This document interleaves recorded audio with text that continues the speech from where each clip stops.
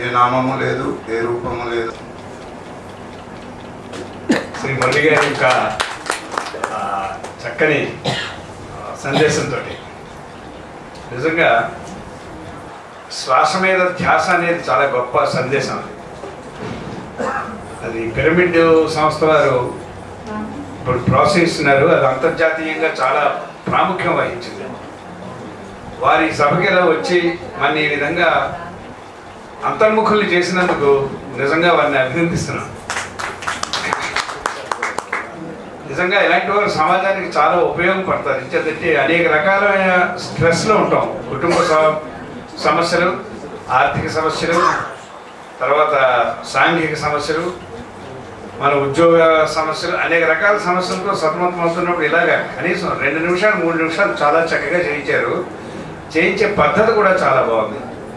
ఆ విధంగా వీరిని ప్రత్యేకంగా ఒక ఆత్మీయ బంధువులా నేను వారిని అభినందిస్తున్నాను. వారికి మన ధన్యవాదాలు. ఇప్పుడు మాస్టర్జీ గారి గురించి 2 విషయాలు చెప్పాలి. ఆయనలో ఒక రకమైన తపన, ఆ తపన అంటే ఏంటంటే ఒక కవిగా, ఒక సాహితీవేత్తగా, ఒక సమాజ సంస్కర్తగా, ఒక కళాకారుడిగా బహుముఖంగా ఆయనలో చాలా నిబిడీకృతమైన శక్తి ఉంది. సరే, ఆ చిన్న బండి మీద తిరుగుతూ ఆయన అనుకున్నది సాధించడానికి చాలా ప్రయత్నం చేస్తారు. అందరినీ చక్కగా కలుపుకొని ఆయన ప్రతిభని ఎక్కడా కూడా మరుగుపరచకుండా ఇన్ని కార్యక్రమాల్లో ఉంటూ కూడా ఆయన స్వతసిద్ధంగా ఉన్న ఆయనకున్న ప్రతిభని ఎక్కడా కూడా తగ్గించుకోకుండా చాలా చక్కగా రాణిస్తున్నారు. సినిమాకి పాట రాయడం అంటే చాలా కష్టం.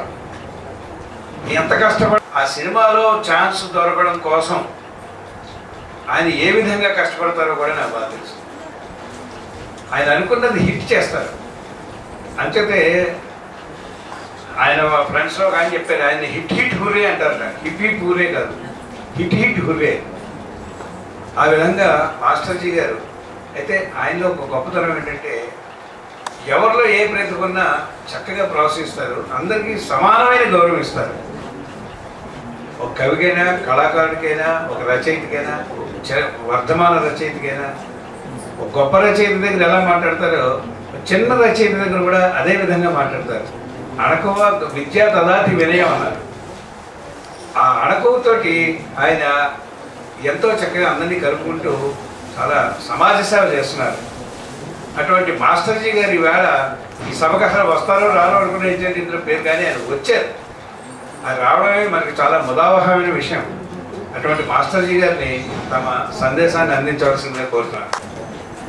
మరి వివి సత్యప్రసాద్ గారు, శాస్త్రి గారు, మా సోదరుడు మెగా మురళి గారికి ముఖ్యంగా